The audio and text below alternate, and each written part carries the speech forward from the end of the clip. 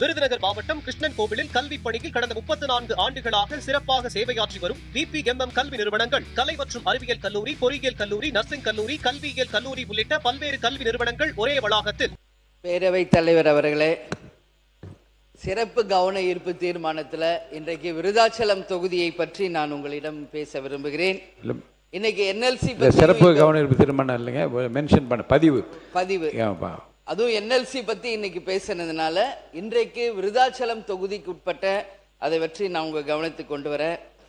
விருதாச்சலத்தை மாவட்டமாக அறிவிக்க வேண்டும் என்பதை நாங்கள் ரொம்ப நாளா நான் கோரிக்கை வைக்கிறேன்.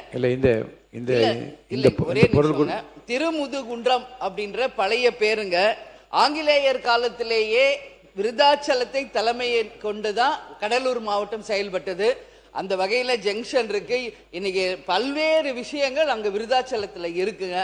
நீங்க அதை மாவட்டமாக அறிவிக்கும் பொழுது இன்னைக்கு திட்டக்குடி, நெய்வேலி மற்றும் விருதாச்சலத்திலிருந்து கடலூருக்கு செல்வ தூரம் மிக அதிகமாக இருக்கு. எனவே அதை மாவட்டமாக அமைச்சர் அவர்களும் நீங்கள் அறிவிக்கணும். அதே மாதிரி NLC பத்தி பேசும் பொழுது நிச்சயமாக அது 20க்கும் மேற்பட்ட கிராமங்கள் விருதாச்சலம் தொகுதியிலே பாதிக்கப்பட்டிருக்கிறது. உண்மை.